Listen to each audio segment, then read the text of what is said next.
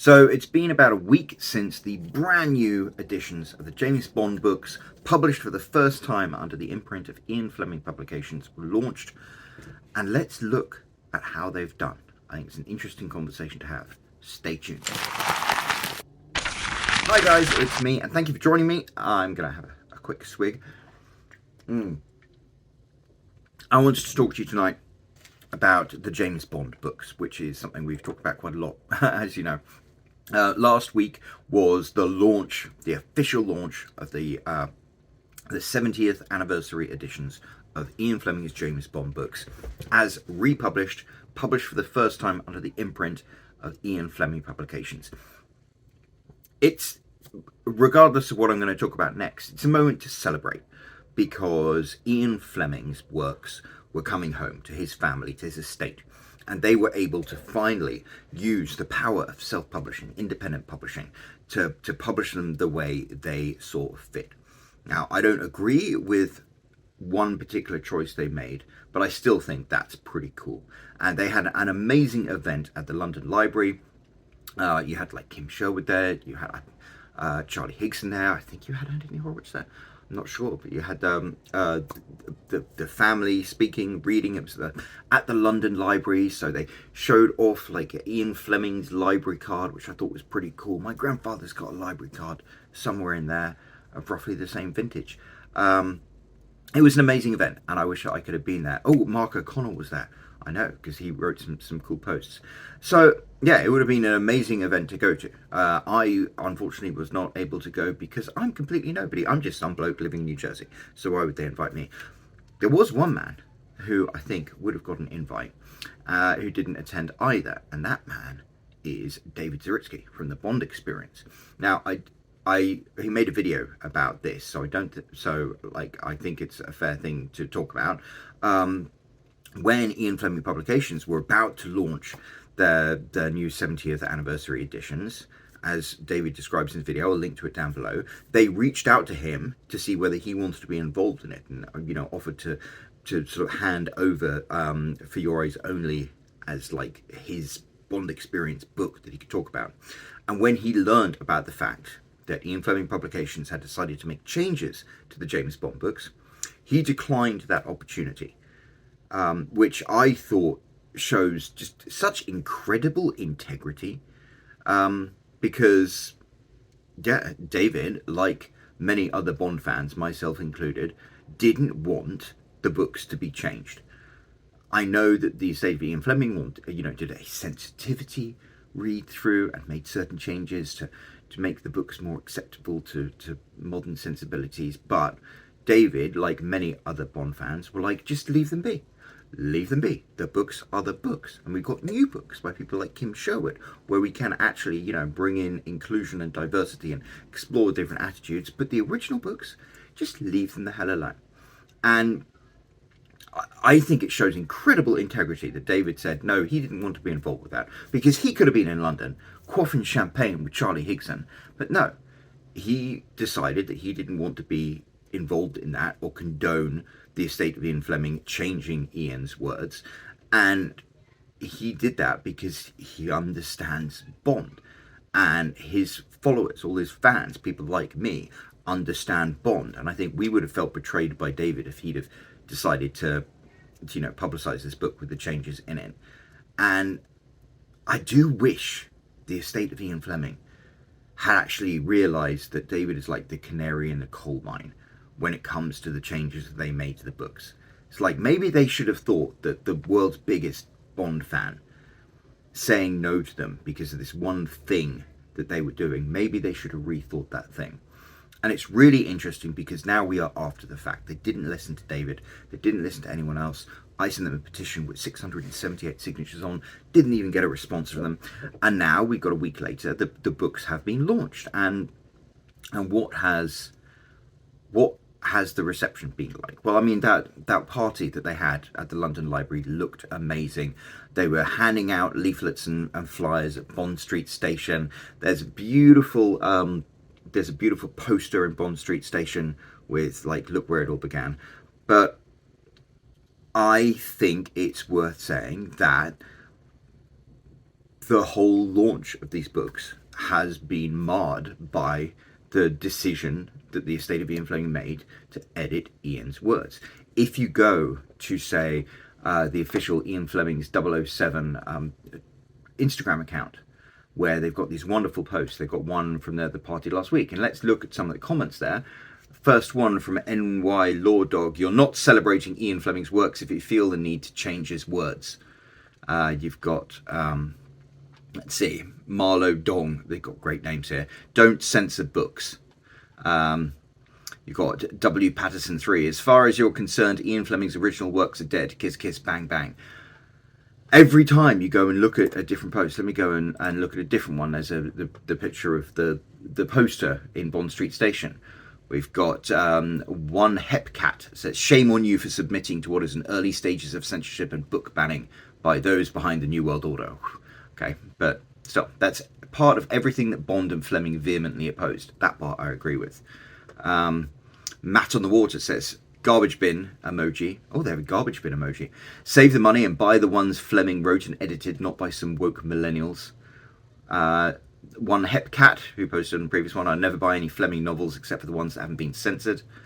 Libations and Explorations: "Bond is back with all the naughty words removed." P. Martin Co. "Censorship is not okay. Fleming tended to use different terms in his books. He would have. Rewriting his books, then pretending the books are the same is disingenuous. Whitewashing the truth doesn't create the narrative you want."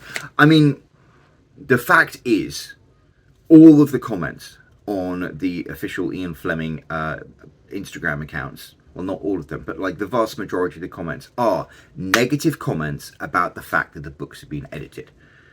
And, you know, that's because that's how people feel about it. And it really upsets me, because this didn't need to happen. This didn't need to happen. It's like it was such a stupid decision they made, and here are the consequences of it.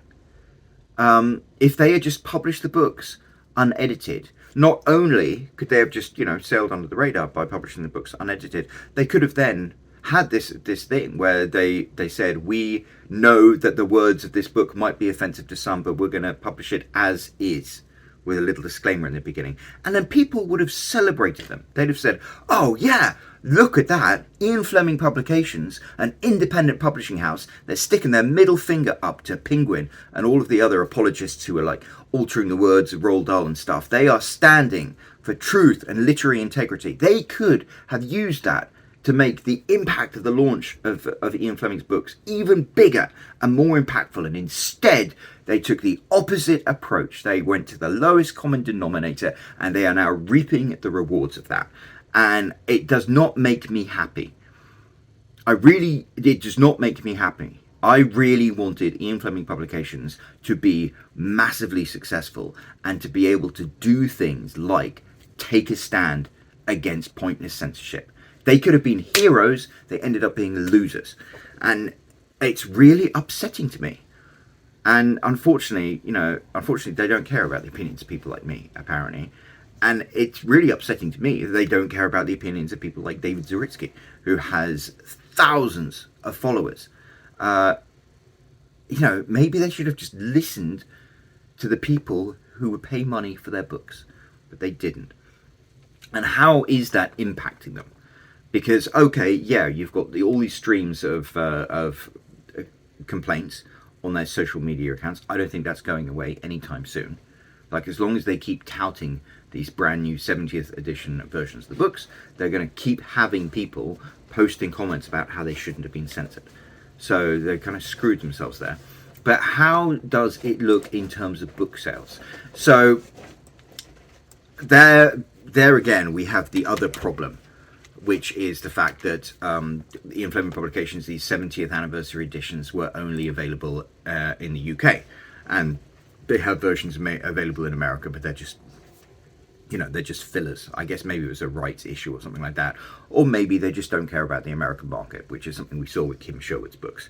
But in the UK, if I type in Casino Royale, amazon.co.uk, we can actually see, week after release, how are we doing in terms of sales and stuff. This is very far from a perfect science.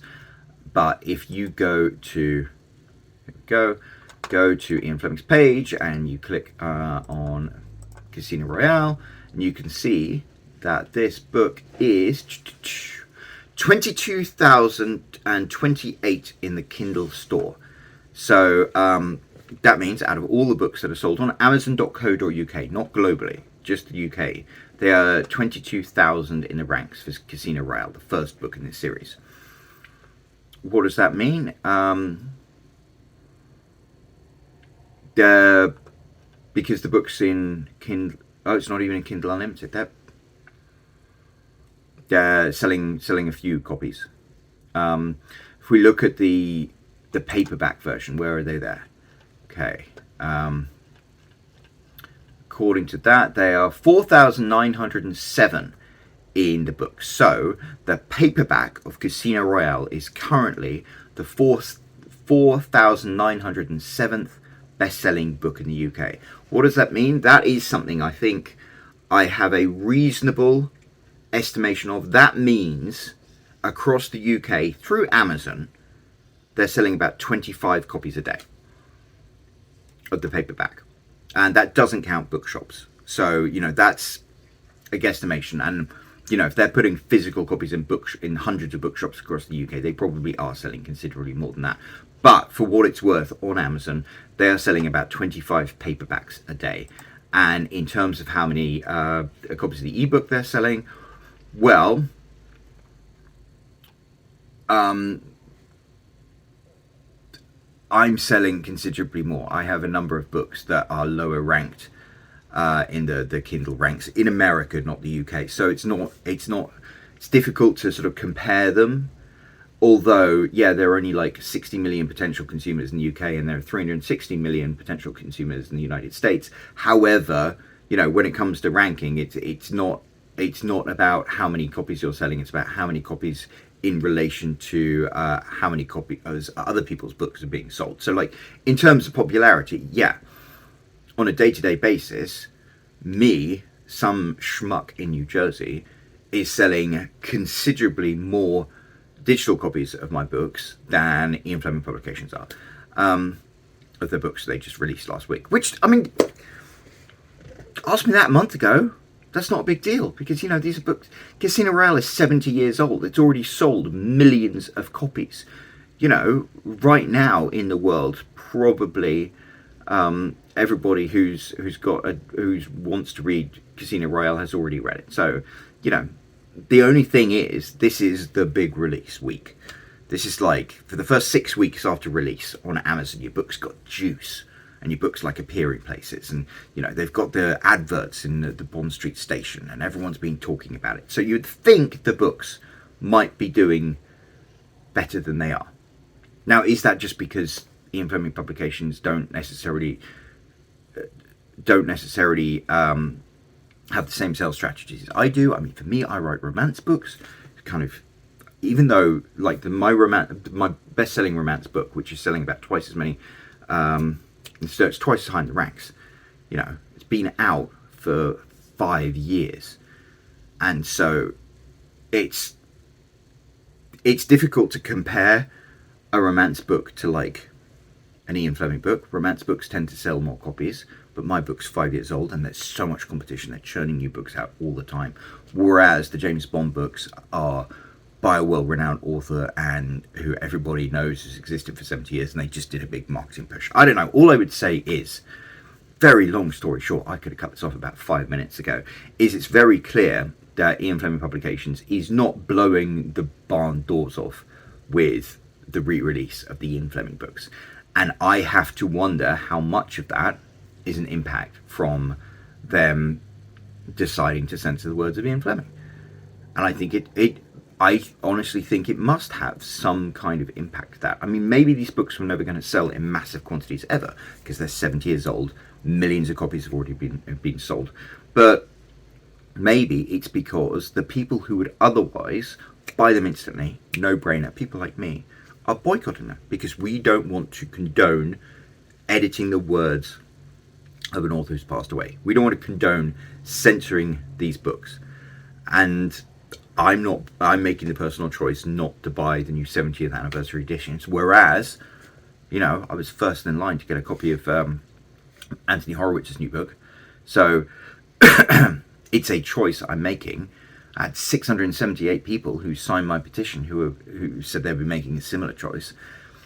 I mean, it really seems like this could be making a big impact on the sales success of these books. Do Ian Fleming Publications care? I don't know. I think that's something to talk about in another video. I don't necessarily know that they do care. Maybe they're not in this for the money. I mean, as I said, these books have been out for 70 years. They've already sold millions of copies. So, as an intellectual property, it's an amazingly prestigious one to have. It might not necessarily be an amazingly lucrative one to have. But I think I'm concerned that they were aware of the fact that this might negatively impact sales, or else they didn't care. Or else, you know, actually selling books wasn't their highest priority with republishing the James Bond books.